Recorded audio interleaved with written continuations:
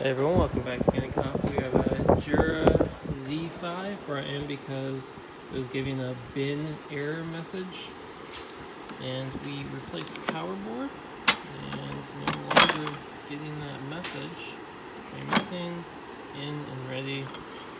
And we also deep cleaned the grinder at the request of the customer because they said the coffee was not as strong as it used to be and it was just really dirty, not grinding enough. So here it is, working once again, you can see, and we're going to pull a shot.